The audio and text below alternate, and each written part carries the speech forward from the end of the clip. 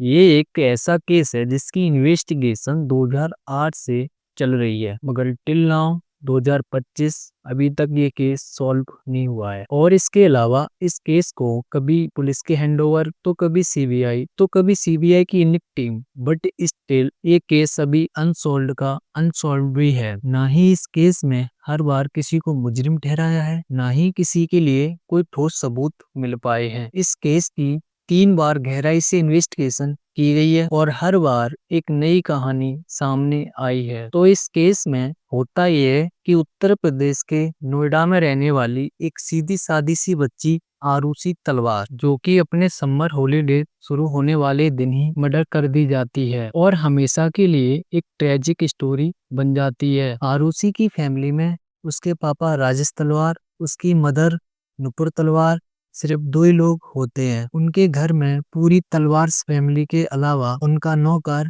हेमराज बांजड़े, जो कि उनके यहाँ काफी टाइम से एक हाउस वर्कर था और वहीं रहता था। आरुषि का मर्डर होने पर हर किसी ने हेमराज को ही मुजरिम बताया, बट मोस्ट अनएक्सपेक्टेडली 15 जून जब आरुषि का मर्डर हुआ होता है, उसके 3 दिन बाद 17 जून को आरुषि के घर की छत पर उन्हें हेमराज की भी डेड बॉडी मिलती है। हेमराज की डेड बॉडी मिलने के बाद ये केस बहुत ज्यादा कॉम्प्लिकेटेड हो जाता है, मगर नोएडा की लोकल पुलिस इस केस को हल्के में ले रही थी। इस केस में सबसे बड़ी गलती लोकल पुलिस की लापरवाही की है, क्योंकि वो लोग जब क्राइम सीन यानी आरुषि के घर पर गए थे, तभी उन्हें सभी एविडेंस इकट्ठे करने थे, मगर उन्होंने ऐसा नहीं करा। हेमराज की डेड बॉडी उन्हें 17 जून से पहले मिल सकती थी, मगर लोकल पुलिस ने लापरवाही दिखाई और जब कुछ लोग टेरिस पर गए थे तभी उन्होंने वहां खून देखा था, मगर पुलिस ने उसे बहुत ही अच्छे से इग्नोर कर दिया। जब हेमराज की बॉडी मिली थी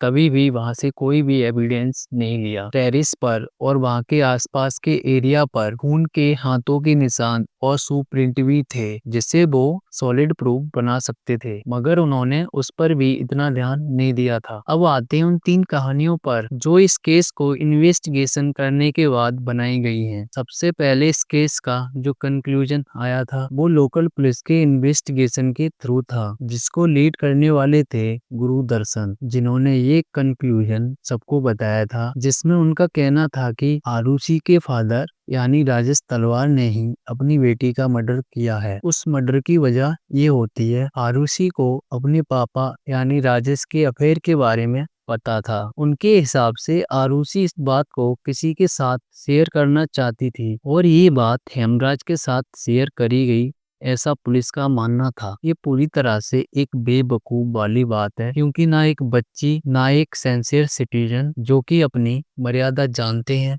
वो ऐसा खुद नहीं करेंगे, बट लोकल पुलिस ने अपनी रिपोर्ट में यही कहा है। एंड आगे उन्होंने ये भी बताया था कि आरुषि के फादर को रात में समथिंग 12 बजे आरुषि के रूम से आवाजें आई, जिस वजह से वो उसके रूम में गए एंड उन्होंने हेमराज और आरुषि को इन रॉन्ग वे साथ में देख लिया था, जिस पर वो बहुत गुस्सा हुए और अपना गोल्फ स्टिक लाकर आरुषि और हेमराज दोनों के सर पर मार देते हैं। But the question is here कि जब तक राजेश गोल्फ स्टिक लेने गए थे उतनी देर में हेमराज ने क्या कोई एक्शन ही नहीं करा? वो अपनी जगह से क्या हिला भी नहीं था? एंड सेकेंडली राजेश आरुषि के फादर हैं और अपनी बेटी को कुछ गलत करता देख ऑब्वियसली उन्हें गुस्सा आएगा, मगर कोई बाप इतना पत्थर दिल होता है कि अपने गुस्से में सीधे अपनी बेटी की जान ले ले? एंड एक और चीज देखी जाए तो आरुषि के एक्सल के एक्सरे से और फोरेंसिक वालों की रिपोर्ट के अकॉर्डिंग आरुषि के सर पर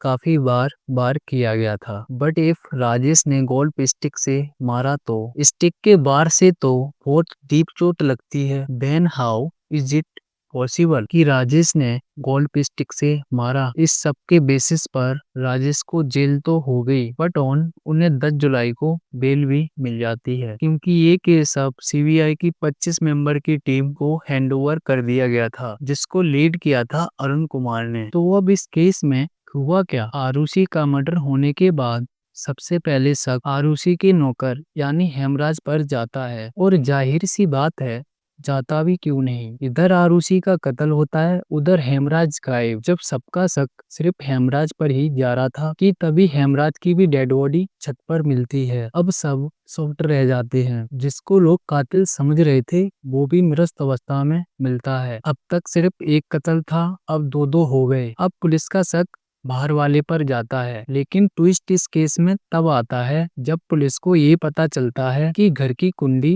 अंदर से बंद थी। अब कोई बाहर वाला आकर और कत्ल करके अंदर से तो कुंडी लगाकर जा नहीं सकता। अब पुलिस का शक बाहर वाले से हटकर घर वालों पर जाता है। इसी वजह से राजेश और नुपुर तलवार को जेल हो जाती है। इस बेसिस पर जब कोई बाहर वाला आया नहीं, इसका मतलब घर वालों ने ही कत्ल किया है। बट इलाहाबाद कोर्ट ने सीबीआई और पुलिस पर कोई ठोस सबूत न होने के कारण कोर्ट राजेश और नुपुर को बाइज्जत बरी कर देती है। इस केस पर पता नहीं कितनी कहानियां बनी है और बनती रहेंगी, पर ये केस अभी अधूरा का अधूरा ही है। इसका असली कातिल अभी तक सामने नहीं आया है।